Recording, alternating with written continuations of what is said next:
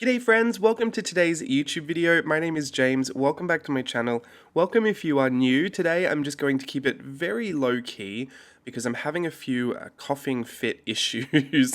I'm not feeling sick or anything, I've just got a really raspy dry throat. That sounds awful. It doesn't hurt, I don't know what's going on. I just feel like the weather around here is changing and my allergies are just kind of wreaking havoc again. So I'm just going to try and get used to that and try and manage it the best way I can. But I think for today, I just wanted to mention that just in case you felt like I was being really low energy or there was something serious going on, because I know I'm usually a little bit more excitable. And don't get me wrong, I am excited and I'm very happy right now. I just don't think I can express it very well without coughing my face off. So rather than subject you to that, I'm just gonna try and keep it together. I've had my little cough lollies, I've had my little coffee, and hopefully everything's gonna be fine. I know coffee probably wasn't the best for it, but you know what? We're here and we're gonna get through it. This is, well, I'm gonna say Inktober because that's what it started as in 2018, but you know I'm staying 600 feet away from that drama this year. So this is Daisy's travel journal. This is our October challenge, if you want to call it that. I think many people have switched from any kind of Inktober affiliation this month, from what I've seen anyway. Like I said, not really following it, don't really know what's happened over there at this point, but happy to be doing a challenge either way. I mentioned this previously in a video, but my actual challenge for this month is just to get through it, and I think maybe a lot of people are taking that challenge on as well. I don't feel particularly motivated to do a challenge for any specific learning this year. Before, I did want to learn ink and I did want to challenge myself to produce quality and quantity at one point. And then this kind of last year, I actually wanted to challenge myself to keep it secret because that is something I really struggle with. So I did keep it secret. I did a secret Inktober in my 5-year Hobonichi. And then this year, I wanted to bring Daisy back because she's such a fun character and such a great kind of vessel for expression. It's a really great way to see just how unique all the voices in our creative community are, just by way of how she's interpreted and how the story is interpreted. I really, really love seeing people either keep her really close to the inspiration because they feel more connected to that, or they change almost everything about her from the original concept sketches, which, I mean, how could you? They were all different anyway, but, you know, I obviously have one in my head that was like base Daisy. And then I'm sure other people have their idea of what the base Daisy is, and then I just love seeing the interpretations because everyone kind of imparts their own personal vision, either of beauty or what they think is cute or something that is a little more close to home. Daisy is no particular size, gender, race, ethnicity, affiliation. She's not even particularly human all the time for me. So I just like that she's a set of glasses, freckles, and scalloped features. Sorry if you can hear that. I've got my window open. That's probably not helping my allergies either. Do you love how I complained at the start of the video about the things that were not helping, and I'm still just not going to do anything about it? I'm willfully ignorant at this point. Oh goodness. Okay, so let's keep going with Daisy. This is what I love about her, and this is what I love about the challenge. So for me this year, I'm going to try and do as many as I can. I have managed to do the 9 that would lead us up to today's video on October 9th. So I consider that successful because I got it started and I've done 9. I also did 10 in a video last week, so let's call that 19. Just the last 10 weren't themed, which brings me to this theme. This is Daisy's travel journal, so I should probably talk about the places that she goes to. There's 9, so I'm going to try and hit on each of them and kind of why I chose them, or a significant story I have about each of them, because I did make the list, so you would assume that some of them have a bit of a personal connection. A lot of them do, but some of them really just don't. They were just interesting places I thought would be fun to draw. So the prompt for the first one was Mermaid Pond, Southwest Rocks, Australia. That was, I think if you've seen my travel videos, every year that I go home, I film the Mermaid Pond. Yeah, I don't know, I think I've shared that story a lot, but just my favorite little place to go as a kid. The summer holidays that my family have had there for generations at this point, Southwest Rocks. Just really fun summer memories for me. The second one, this one here, on day 2 of Daisy's travel, the caption under her photo reads "Centre Stage," and she's at the Sydney Opera House, Australia. Fun fact, I got to perform at the Opera House with my high school dance troupe, which I thought was probably one of the most exciting things I could ever do as a dancer. But I also couldn't help but not feel like it was nothing to do with dance because my brother got to do it as well. We had an all boys dance troupe when I was in high school, and it was quite a novelty back then. And so we were doing some big performing arts challenge, and my brother got to do it as well. My brother had nothing to do with dance, just they made the footballers at my school join dance if they wanted to do football, because our vice principal was like a big champion of boys doing dance. And especially for footballers, it's actually very good. It's a good thing for their training. But my brother even didn't, I don't even think he did football. So maybe he did. I completely forget. My twin brother, I literally don't know what my twin brother did at school. That's how close we are as twins. No, we're complete opposites. But that's kind of the one thing that we did share is that we both ended up in a dance troupe at school. But for some reason, I mean, I was just very ultra, I'm sure you could imagine, in high school. And I felt like it was just, it was, it was only so happy that I could be that like I felt like I'd achieved this huge moment in my dance career, but also my brother, who didn't care about dance at all, achieved the exact same thing alongside me. So, I've always remained humble. Okay, the third one, Dream Time. I should mention as well, I've done these on 4x6 cardstock. It's Canson cold press watercolor cardstock, and I've cut them up into 4x6 so that it looks like I'm illustrating little photos. Hopefully I can put them in a little journal at the end and decorate it as if it were Daisy's travel journal. I might just try and find stickers and washi tape that would kind of match the locations or the themes, but yeah, I like the 4x6 format. It's actually very achievable, especially with some of these techniques. I couldn't imagine doing this dot painting technique on an 8x10. It would take forever. So this is Uluru. The caption says Dreamtime, and it's Uluru, Australia. Ayers Rock, that's that big rock. If you don't know much about Ayers Rock, I would encourage you to Google it. It's actually quite interesting. I used to live 20 minutes or so from Ayers Rock as a little boy in a place called Yalara. And so I feel a real close affinity with the Northern Territory. I think my brother lives in the Northern Territory now as well. Wow, this whole video is becoming about my brother. I guess I've never spoken about him before. He must be on my mind. I should call him. You know what they say. So this is Daisy as Ayers Rock, and I've used an indigenous form of painting. I didn't do it with paint. I've done it with these Zig Clean colored dot markers, which I'm a huge fan of, by the way. Complete novelty, and I thought they would be such a gimmick at first, but I use them all the time, especially in my 5U Hobonichi. The big bulbous end is really good for this monoline style of lettering, so I really love it for that. And obviously I love to put the dots in my backgrounds for pages, and this was a really great way to do this dot painting. Like I said, an indigenous form of art, Aboriginal dot painting, so yeah, check that out as well. It's really interesting. I do love a good bit of dot painting. And the fourth prompt that we're getting to. So on day 4, Daisy went to Hawaii, USA, and the prompt, the caption underneath it is coconut shrimps, which I don't know if I've got enough time to get into this story, but coconut shrimps, if I really had to break it down, and it's a much more dramatic story than I'm about to tell you, so please, if you ever find me on Instagram Live and care to ask about this story, I'll give you the full rundown. But basically, coconut shrimps changed the course of my life.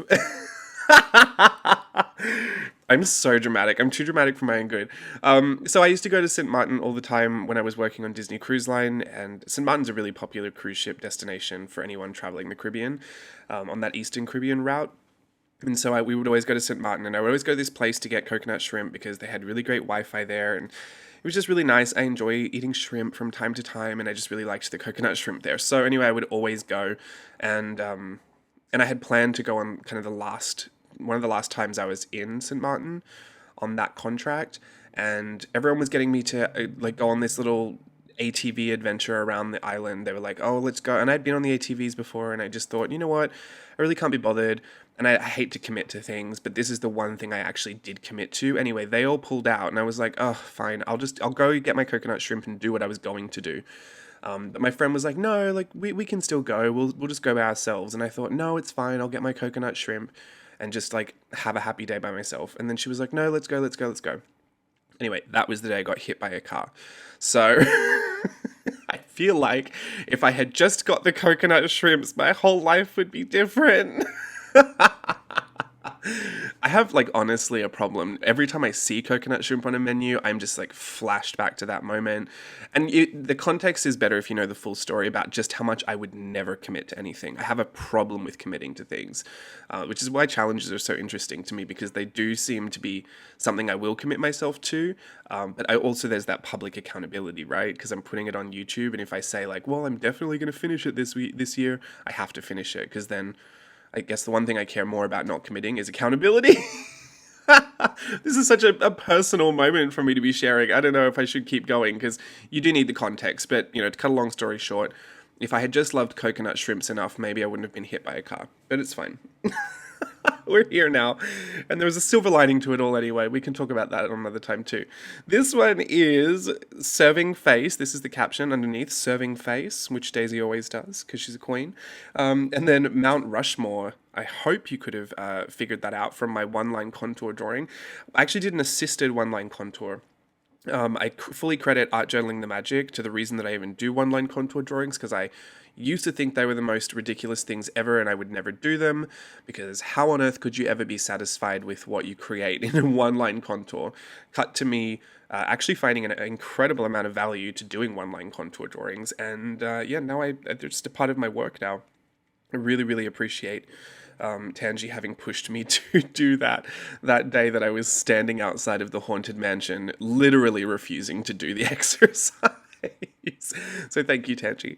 But yeah, so I did an assisted one-line contour, which we actually looked at in the first virtual voyage, which I should probably mention is starting on Monday. So you've only got this weekend to use that coupon code before it expires for return students. I'll send out another email about it over the weekend.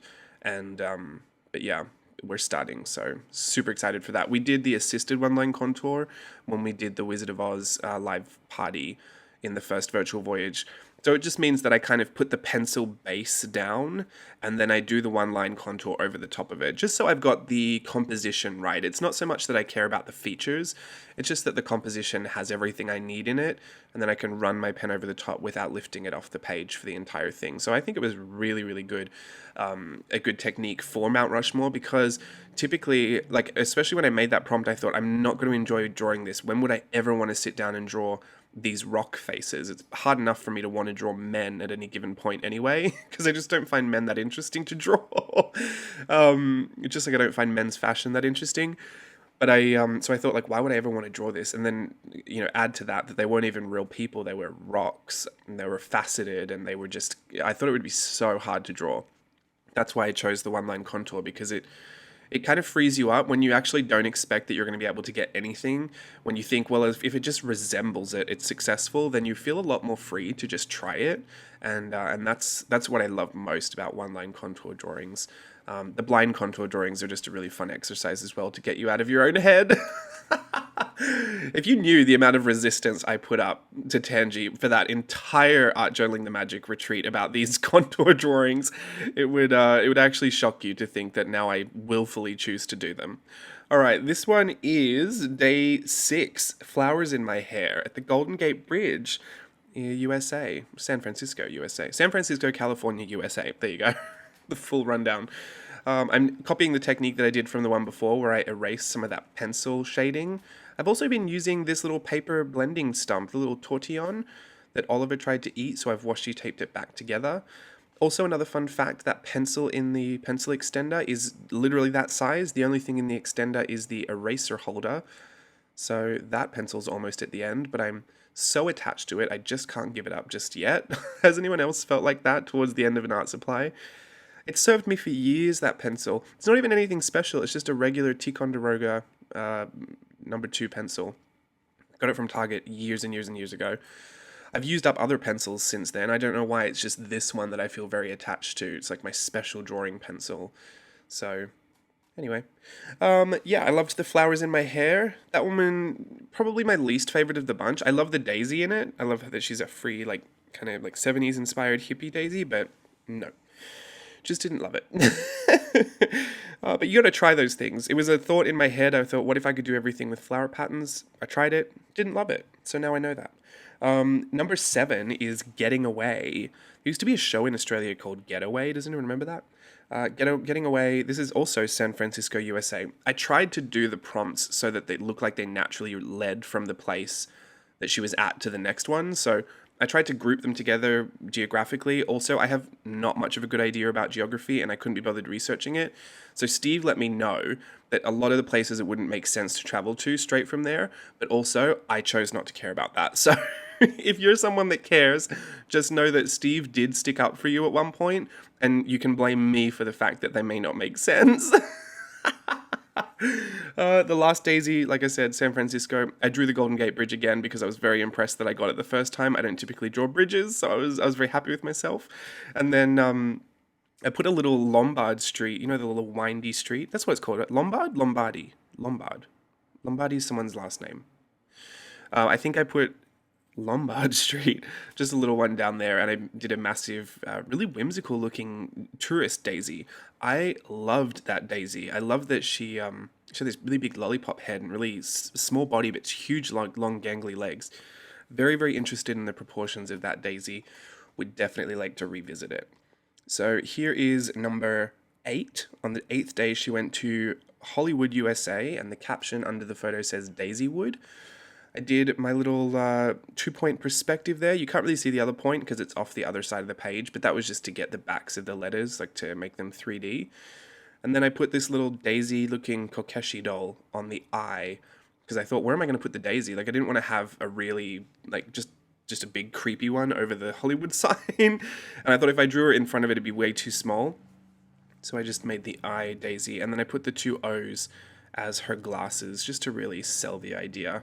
I guess it's like Dollywood, but Daisywood. And yeah, this one has some really interesting techniques in it. I am more so, I guess, just playing with the idea of changing Daisy every time, but also incorporating some techniques that I like and I like to use a lot. For no other reason than it helps me just like get a better understanding of my own process, which is oftentimes what I end up teaching.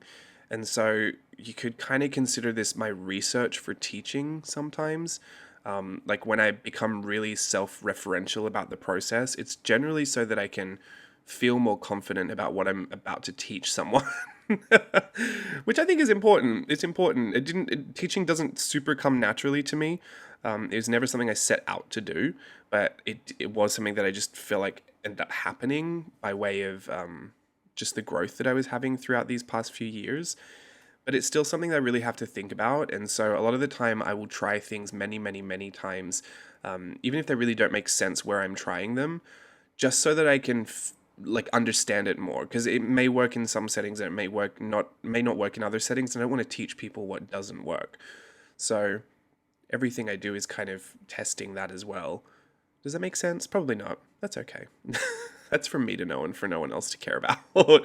This one, I wanted to make it look like it was one of those classic, kind of really like cheesy. Are they cheesy? I didn't mean to say cheesy. I meant to say kitschy. Greeting cards, like the little postcards you can get from those tourist stores or like a gas station. So I think this one turned out really well. Surprisingly, one of the features I think was the most effective about it was this little bit here. I used 2 different size pens, the Unipin fine lines, a 0.5 and a 0.005, to do a little border like very, very close to the edge, and have those lines really close together. And I think it just framed it really, really nicely. And I love the difference in the thicknesses of the lines. It's a really simple way to make an illustration just look a bit more effective, is to change the line weight or the line style. This one I did the same thing. I used this really dry, kind of almost empty Pentel pigment brush pen, and then went back in with my Unipin fine line to put all the really fine details in. So it just makes it look more interesting because there's a contrast there, and it's a really stark contrast with this one. The last one was a little bit more subtle of a contrast between those line weights, but this line itself is completely textured, and then you've got such a delicate and like hairline thin detail line. I think it's a really fun way to play with that. I also then played with this ink bleed technique, which I'm a really huge fan of. I had an idea that if I did this ink bleed in the background, it might look like it was a soft focus. You know, when you take a photo and the depth of field is quite shallow, you've got that really nice blur in the background of all of the image. I just wanted to see if I could semi-interpret that in an ink illustration. I think I got half the way there. I think it definitely it worked-ish. I don't know if I would call it a major success for what I intended it for, but I was very impressed nonetheless that it came out the way that it did, because it could have just been a hot mess. I think the real trick to it is to make sure that the water doesn't go over the Minnie Mouse Daisy, because wherever the water is, the ink will bleed into. So I managed to keep that off her for the most part. Her dress got a little bit of ink on it, but also I have a white pen and I go back around her legs at the end just to kind of pop her out a little bit. This one is one of my favorites. I think a couple of my favorites from this one are definitely the San Francisco, the Getting Away, number 7, and also this one, when she, the caption under this photo says "Living the Magic," and she went to Disneyland, USA, which I am hoping one day will reopen and we can go to. I really miss Disneyland. I live quite close, and I know Steve misses it as well, so it's been nice to go on this little journey with Daisy and kind of revisit some of these places in my memory as well. I tend to be really intuitive about it. I don't plan any of these out beforehand. Like you can see, some of them just remain as sketches. Some of them I try to do a little bit more finished.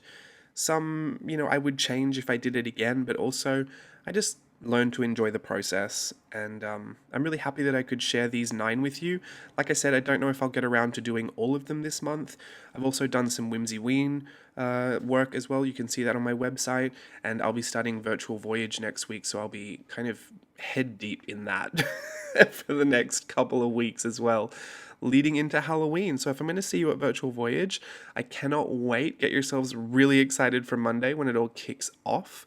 Again, I will send another message out to return students for that coupon code that does expire on Monday or Sunday night. So kind of last chance to get in there for a return student discount. Otherwise, we'll see you at another time, or perhaps I'll just continue to see you around on social media. There's the one I really love. I love her and the last Minnie Mouse one. Those proportions are just really wild, but I really love them. Yeah, so I think I'm going to leave you with that. Thank you again for sharing all your daisies on social media. It is an absolute pleasure to see what Daisy looks like and what she does in your world and in your vision. Again, I think it just really goes to show just how diverse everyone in our community is, and I love to celebrate your unique voice in all of this. So please continue to share, and I will keep an eye out on the hashtag JLBCreativeDaisy hashtag on social media and in the Facebook group. Until the next video, thank you so much for joining me today, and I'll see you again really, really soon. Bye.